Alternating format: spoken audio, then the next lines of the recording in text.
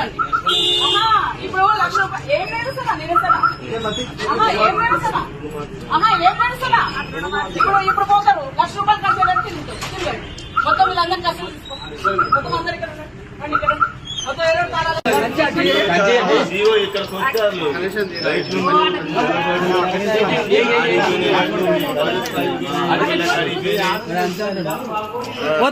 రుణమాఫీ కాని రైతులకి న్యాయం చేయాలి.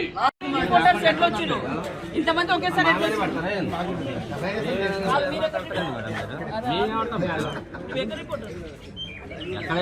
చెప్పు ఎక్కడ రిపోర్ట్ చెప్పు ముచ్చట